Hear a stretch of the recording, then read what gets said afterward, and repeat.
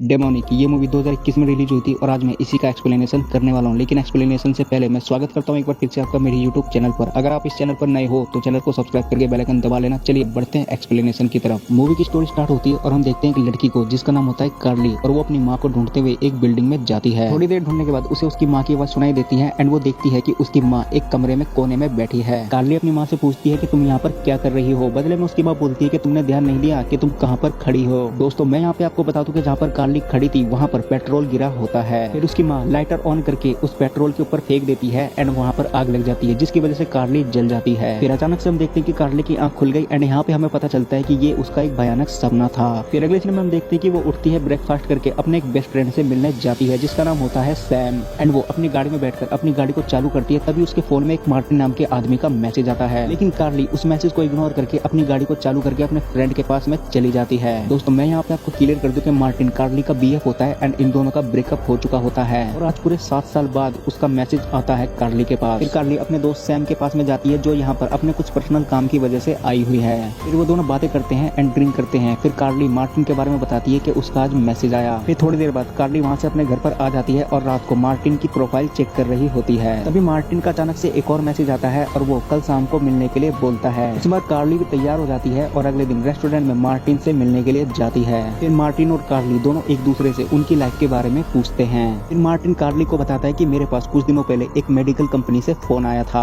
उन लोगों ने मुझे एक सोशल ग्रुप ज्वाइन करने के लिए पैसे ऑफर करे थे। फिर मैं वहाँ पे गया एंड मैंने वहाँ पर देखा काफी सारे मरीज और हॉस्पिटल के पेशेंट थे, और उन मरीजों में से एक तुम्हारी मॉम भी थी और वो मुझे जानती भी थी। फिर कार्ली मार्टिन की बातें सुनकर कहती है क्या मतलब, वो एक क्लिनिक में है और किस हाल में है। फिर मार्टिन बोलता है कि वो कोमा में है एंड मुझे लगता है कि उन्हें वहाँ पर ह्यूमन राइट्स वाले लेकर आए होंगे एंड वो अभी भी एक अपराधी ही है और उन्हें एक पेशेंट होने के नाते इस मेडिकल का हिस्सा बनाया गया है। फिर उसके बाद मार्टिन कार्ली से अपने रिलेशनशिप के बारे में बातें करता है एंड सॉरी बोलता है एंड उसके बाद में कार्ली अपने घर पर आ जाती है। फिर हमें देखने को मिलता है कि कार्ली ने अपने अलमारी में से एक बॉक्स निकाला एंड उसके अंदर में उसकी माँ की काफी सारी फोटोज होती है। फिर वो उन फोटोज को देखने लगती है। तभी उसके पास में एक कॉल आता है और वो कॉल थेरापोल नाम के एक मेडिकल सेंटर से आया था जहाँ मार्टिन ने कार्ली की माँ को देखा था एंड फिर वो लोग कार्ली को अपने पास में बुलाते हैं। फिर अगले दिन कार्ली उस मेडिकल सेंटर में जाती है और वहाँ पर उसे एक आदमी मिलता है जिसका नाम होता है माइकल, और ये आदमी वही था जिसने कार्ली को कॉल किया था और अपने सेंटर बुलाया था। फिर माइकल कार्ली को अपने एक साथी से मिलवाता है जिसका नाम डैनियल होता है। फिर वो दोनों कार्ली को अपने बारे में बताते हैं और अपने हॉस्पिटल के बारे में बताते हैं कि उन लोगों ने काफी सारे जेल से और हॉस्पिटल से टाई अप किया हुआ है ताकि हमें अपनी रिसर्च में जैसे कैंडिडेट चाहिए हम ले सकें। कार्ली उन्हें बताती है कि मैं काफी टाइम से अपने मॉम की टच में नहीं हूँ, इसलिए मैं उनके बारे में कुछ भी नहीं जानती, बट मार्टिन ने बताया कि वो कोमा में है। फिर माइकल बोलता है कि ये सच है, वो सांस भी नहीं ले पा रही और उनकी बॉडी भी मूव होना बंद हो गई और बस उनका दिमाग ही एक्टिव है। फिर वो दोनों डॉक्टर कार्ली को बताते हैं कि हमारे रिसर्च से उनको क्या फायदा हो रहा है क्या नहीं, ये जानना बहुत जरूरी है और इसके लिए हमें तुम्हारे ऊपर सिमुलेशन का इस्तेमाल करके जानना होगा, क्योंकि वो हमें सिमुलेशन में कुछ भी नहीं बताती, वो सिर्फ तुम्हें ही याद करती है।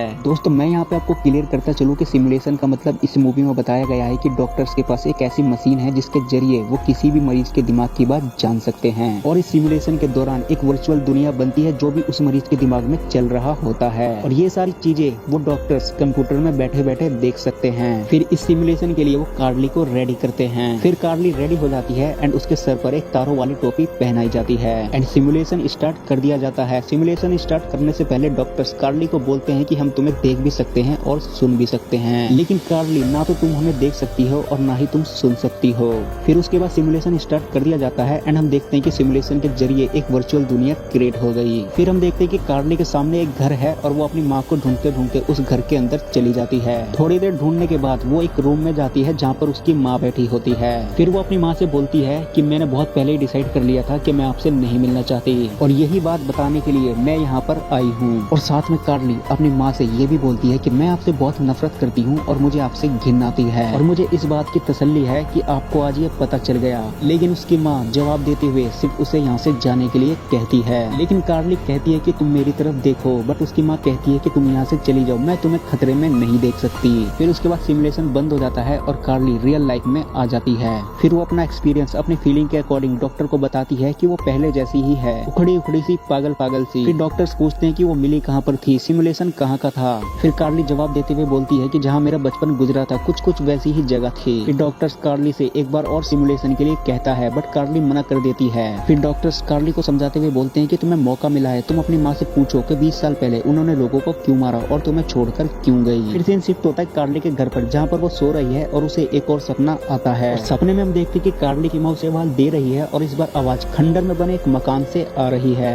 फिर कार्ली उस मकान में जाती है एंड वहाँ पर कुछ मांस के टुकड़े दिखते हैं और वो मांस के टुकड़े कुछ कुछ कौवे के बॉडी पार्ट्स की तरह दिख रहे होते हैं और उसे देखकर अचानक से कार्ली की आंख खुल जाती है। फिर अगले दिन कार्ली उसी मेडिकल सेंटर में जाती है और वो डॉक्टर सिमुलेशन करते हैं। फिर दोबारा से वर्चुअल दुनिया चालू हो जाती है एंड इस बार भी हम देखते हैं कि कार्ली एक घर के सामने खड़ी है। फिर कार्ली उस घर में जाती है और वो देखती है कि सीढ़ियों के ऊपर एक सुरंग दिखाई दे रही होती है। फिर वो उस सुरंग से बाहर आती है और उसे उसकी माँ दिखती है। फिर कार्ली अपनी माँ से पूछती है कि एंजेला तुम यहाँ पर क्यों आई हो। कार्ली की माँ का नाम एंजेला होता है। फिर उसकी माँ कहती है कि उसे यहाँ से ताकत मिलती है। दोस्तों यहाँ पर ये बिल्कुल भी क्लियर नहीं होता कि उसकी माँ आखिर किसकी बात कर रही है। साथ में बताती है कि वो मेरे अंदर रहता है, तुम यहाँ से चली जाओ। फिर कार्ली बोलती है कि मैं सिर्फ इतना जानना चाहती हूँ कि तुमने मुझे और मार्टिन को यहाँ पर क्यों बुलाया। जवाब में उसकी माँ बोलती है कि मैंने नहीं बुलाया। इतना बोलने के बाद वो अचानक से हवा में उड़ने लगती है जैसे किसी शैतान का साया हो उसकी माँ के ऊपर। तभी कार्ली ये देखकर डर के मारे वहाँ से भागने लगती है और कार्ली को सामने बने बिल्डिंग का मेन गेट नजर आता है। जैसे ही वो उस गेट के अंदर जाती है वो देखती है कि उसकी बेस्ट फ्रेंड सैम वहाँ पर मरी पड़ी है और कार्ली उसे उठाने की कोशिश करती है। तभी कार्ली देखती है कि वहाँ पर एक डेमोनिक नाम का क्रिएचर आता है जो दिखने में बिल्कुल बड़े से कौवे की तरह होता है। फिर वो क्रिएचर अपने एक हाथ के नाखून से अपने दूसरे हाथ पर खरोच मारता है। फिर हम देखते हैं कि रियल लाइफ में वही खरोच सेम टू सेम कार्ली के हाथों पर भी आ गई। फिर उसके बाद कार्ली के हाथों से खून निकलने लगता है एंड वो सिमुलेशन में चिल्लाने लगती है और उसके बाद डॉक्टर सिमुलेशन बंद कर देते हैं और कार्ली रियल लाइफ में वापस आ जाती है। फिर डॉक्टर्स कार्ली के हाथों में पट्टी करते हैं और कार्ली पूछती है कि सिमुलेशन के दौरान ये हालत मेरी किसने की। फिर डॉक्टर बोलता है कि ये किसी ने भी नहीं किया। फिर कार्ली डॉक्टर्स को बताती है कि आज से 20 साल पहले मार्टिन, सैम और मैं अच्छे दोस्त हुआ करते थे और हम एक ही कॉलेज में थे और मेरी मॉम एक बहुत अच्छी नर्स थी। उन्हें एक टीबी हॉस्पिटल में भेजा गया था। वो टीबी हॉस्पिटल काफी टाइम से बंद था और वहाँ का इंफेक्शन करने के लिए मेरी मॉम को भेजा गया था ताकि वो हॉस्पिटल दोबारा से खुल सके। फिर मैंने मार्टिन से जिद किया कि वो मुझे वहाँ पर ले चले। फिर वहाँ जाकर मैंने देखा कि मेरी मॉम बेहोश पड़ी है और उनके हाथों में एक अजीब तरीके का निशान है। फिर कार्ली डॉक्टर्स को बताते हुए बोलती है कि उसके बाद मेरी मॉम का बिहेवियर पूरी तरह चेंज हो गया। वो उखड़ी उखड़ी सैड सैड रहने लगी। फिर एक दिन मैंने देखा कि मेरी मॉम को पुलिस वालों ने गिरफ्तार कर लिया क्योंकि उन्होंने एक वृद्धा आश्रम को आग लगा दिया था और मेरे जानने वाले 5 लोगों को भी मार दिया था जिसमें से एक मेरी दादी भी थी एंड उन्हें जेल हो गई एंड इसी वजह से मैं उनसे नफरत करती हूँ। इतना सब बताने के बाद कार्ली उस मेडिकल सेंटर से बाहर आती है और अपनी दोस्त सैम को फोन मिलाती है। फिर वो सैम से कुछ देर बात करती है एंड उसके बाद में उसे तसल्ली मिलती है। फिर अगले सीन में हम देखते हैं कि कार्ली मार्टिन के घर पर जाती है एंड उसे सारी बातें बताती है। फिर मार्टिन कार्ली को अपने साथ में एक रूम में ले जाता है जहाँ पर उसी क्रिएचर की फोटोज होती है एंड मार्टिन काफी सारे आर्टिकल कंप्यूटर में दिखाते हुए कार्ली को बताता है कि भूत और आत्माएं होती है।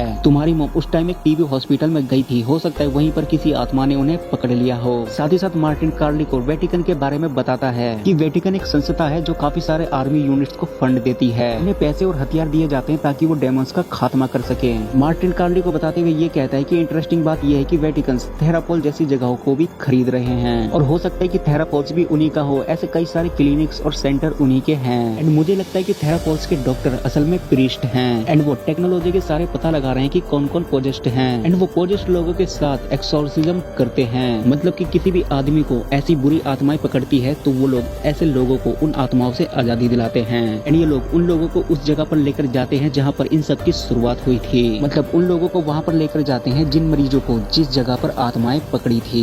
डीमन गेटवे ऐसी जगहों पर उन आत्माओं को अंदर बाहर किया जा सकता है एंड हो सकता है वो लोग तुम्हारी मॉम को उस हॉस्पिटल में ले जाएं इस आत्मा को बाहर निकालने के लिए। ये सब सुनने के बाद कार्ली को यकीन नहीं होता एंड वो वहाँ से चली जाती है। वो अपने घर पर आती है तो देखती है कि उसके घर में पहले से ही उसकी फ्रेंड सैम बैठी है। सैम कार्ली को ड्रिंक करने के लिए बोलती है लेकिन कार्ली उसे मना कर देती है एंड कहती है कि मुझे अकेला छोड़ दो, मुझे कुछ देर अकेला रहना है एंड कार्ली सैम से रिक्वेस्ट करती है कि वो यहाँ से चली जाए। थोड़ी देर रिक्वेस्ट करने के बाद सैम वहाँ से चली जाती है। फिर रात को कार्ली सोने जाती है और सोने से पहले अपने पास में एक चाकू रखती है। फिर अचानक से आधी रात को कोई उसका गेट बजाने लगता है। कार्ली गेट खोलती है और देखती है कि उसकी फ्रेंड सैम खड़ी है। फिर वो सैम को अंदर बुलाती है और उसके लिए कॉफी बनाती है। फिर वो दोनों आपस में बातें करते हैं और सैम बोलती है कि मैंने एक ट्रिक सीखी है, क्या तुम वो ट्रिक देखना चाहोगी। ट्रिक दिखाने से पहले सैम बोलती है कि अगर मैं ना मिलूं तो मुझे पास के जंगल में ढूंढ लेना। फिर वो अपने चेहरे पर एक मास्क पहनती है जो बिल्कुल कौवे जैसा होता है। फिर वो अपनी बॉडी को उल्टा करती है एंड अचानक से उसके ऊपर भूत आ जाता है और वो कार्ली को डराने लगती है। डर के मारे कार्ली एक कमरे में छुप जाती है और गेट बंद कर लेती है। तभी वो अचानक से गेट खोलकर अंदर आ जाती है और कार्ली चीखने लगती है एंड अचानक से कार्ली की आंख खुल जाती है एंड यहाँ पे हमें पता चलता है कि ये एक सपना है। फिर उसके बाद में अपनी फ्रेंड सैम को कॉल करती है और उसका कोई भी जवाब नहीं आता। इस कारण कार्ली को टेंशन होने लगती है और वो कपड़े बदलकर सैम के घर की तरफ निकल पड़ती है। यहाँ पर हमें देखने को मिलता है कि डॉक्टर ने कार्ली के घर में कैमरा लगाया हुआ था एंड इसी कैमरे के जरिए वो सारी चीजें देख रहे थे एंड यहीं पे हमें क्लियर होता है कि मार्टिन ने कार्ली को जो जो बातें बताई थी वो सारी सच थी। फिर माइकल डैनियल को बताता है कि वो डीमन इस लड़की के पीछे पागल हो चुका है एंड वो इसे हासिल करके ही रहेगा। एंड फिर वो अपनी टीम को कॉल करता है और कार्ली की माँ को उसी टीवी के हॉस्पिटल में लाने की बात कहता है। यहाँ से ये लोग भी उसी हॉस्पिटल में जाते हैं डेमोन से उसकी माँ को आजाद करने के लिए। फिर अगले दिन हम देखते हैं कि कार्ली अपनी फ्रेंड के घर पे पहुंच गई एंड वो देखती है कि उसके घर का दरवाजा खुला हुआ है। फिर वो डर जाती है और पुलिस को फोन करती है। एक पुलिस वाला आता है। थोड़ी देर छानबीन करने के बाद वो कार्ली को बोलता है कि हम केस 48 घंटे बाद बनाएंगे। फिर कार्ली को टेंशन होने लगती है और वो मार्टिन के घर जाती है और मार्टिन को सारी बातें बताती है और साथ में सपने वाली बात भी बताती है कि सैम मेरे सपने में आई थी एंड उसने मेरे को ये बोला था कि अगर मैं ना मिलूं तो मुझे जंगल में ढूंढ लेना। इतना बोलकर कार्ली जंगल की तरफ जाने लगती है लेकिन मार्टिन रोक लेता है एंड उसे बोलता है कि ये उसकी चाल है, तुम वहाँ पर मत जाओ। लेकिन उसके बाद भी कार्ली नहीं रुकती और जाने लगती है। फिर मार्टिन बोलता है कि रुको, मैं भी तुम्हारे साथ चलूंगा। उसके बाद में मार्टिन अपनी पूरी तैयारी के साथ कार्ली के साथ जाता है एंड वहाँ पर पहुँचने के बाद देखता है कि वहाँ पर सैम की कार खड़ी है लेकिन उस कार में कोई भी नहीं होता एंड उसके बाद में वो लोग आगे जाते हैं तो सैम के जूते मिलते हैं। फिर उसी को फॉलो करते करते आगे जाते हैं तो उन्हें सैम भी मिल जाती है एक जगह पर जंगल के बीचों बीच बैठी हुई। फिर कार्ली उसके पास में जाकर उससे पूछती है कि तुम यहाँ पर क्या कर रही हो, यहाँ पर तुम कैसे आई। सैम बदले में बोलती है कि मुझे नहीं पता कि मैं यहाँ पर कैसे आई एंड सैम कार्ली को बताती है कि मैंने तुम्हारी माँ को उस बगल वाले घर में देखा। फिर उसके बाद में वो दोनों सैम को अपनी गाड़ी में ले जाते हैं। तभी कार्ली बोलती है कि मुझे अपनी मॉम को बचाना है, मैं उस घर में जा रही हूँ। लेकिन मार्टिन उसे मना करते हुए बोलता है कि ये उसकी चाल है, तुम यहाँ से वापस चलो अपने घर। लेकिन कार्ली नहीं मानती और वो जाने लगती है। फिर मार्टिन भी उसके साथ में जाने लगता है और सैम गाड़ी में ही होती है। थोड़ी देर आगे जाने के बाद वो लोग देखते हैं कि एक सैनिक बुरी हालत में पड़ा है और वो लोग पुलिस को फोन करते हैं उसकी मदद के लिए, बट नेटवर्क नहीं आ रहा होता। तभी एक जीप में कार्ली को डैनियल मिलता है बुरी हालत में। फिर डैनियल कार्ली को बताता है कि हम यहाँ पर पूरी तैयारी के साथ आए थे लेकिन वो डीमन तुम्हारी मॉम के शरीर से निकलकर माइकल के शरीर में आ गया है एंड उसने हम सबको मार दिया। इतना बोलने के बाद वो कहता है कि तुम अपनी माँ की जान बचा लो और उसे एक पवित्र खंजर देता है एंड बोलता है कि इससे अगर तुम डीमंस के ऊपर हमला करोगे तो वो मर जाएगा। फिर उसके बाद में कार्ली वो खंजर लेकर आगे बढ़ती है और वो खंजर मार्टिन को दे देती है एंड कहती है कि अगर कुछ भी हो तो ये खंजर मुझे मार देना। फिर वो लोग देखते हैं कि एक कमरे में काफी सारे मोमबत्तियां जल रही होती है और उसी कमरे में कार्ली की माँ भी होती है। वहीं पर सिमुलेशन मशीन भी होती है। फिर कार्ली मार्टिन को सिमुलेशन ऑन करने के लिए बोलती है। सिमुलेशन चालू होने के बाद हम देखते हैं कि कार्ली के सामने उसकी माँ है और वो पूरी तरह ठीक है और कार्ली उसे अपने साथ में ले जाने की बात कहती है लेकिन उसकी माँ मना कर देती है और कहती है कि मैं अब नहीं जाना चाहती। थोड़ी देर दोनों में डिस्कस होती है और उसके बाद में उसकी माँ हवा बन के उड़ जाती है एंड यहाँ पर हम देखते हैं कि मार्टिन को एक आवाज सुनाई देती है एंड वो उस आवाज को फॉलो करते हुए उसकी तरफ चला जाता है। कार्ली जैसे सिमुलेशन से बाहर आती है वो देखती है कि मार्टिन वहाँ पर नहीं है और वो मार्टिन को ढूंढने के लिए निकल पड़ती है। थोड़ी देर ढूंढने के बाद मार्टिन उसे मिलता है और मार्टिन के दोनों हाथ बंधे हुए होते हैं। फिर मार्टिन उसे पवित्र खंजर देते हुए बोलता है कि तुम यहाँ से चली जाओ और अपनी जान बचा लो। लेकिन कार्ली उसके हाथ छुड़ाने लगती है और तभी देखती है कि माइकल उसकी तरफ आ रहा है। माइकल के अंदर उस शैतान की आत्मा घुसी हुई है और वो पूरी तरह हैवान बन चुका है। इतने में कार्ली वहाँ से भाग जाती है और डीमन भी उसका पीछा करते करते उसे ढूंढने लगता है। फिर अचानक से कार्ली के पीछे से वो हमला करता है एंड दोनों में यहाँ पर फाइट होती है और फाइट के दौरान वो डीमन उस पवित्र खंजर को टच कर देता है एंड इसके कारण वो तड़पने लगता है और माइकल के बॉडी से निकलकर वो डीमन कार्ली की बॉडी में आ जाता है।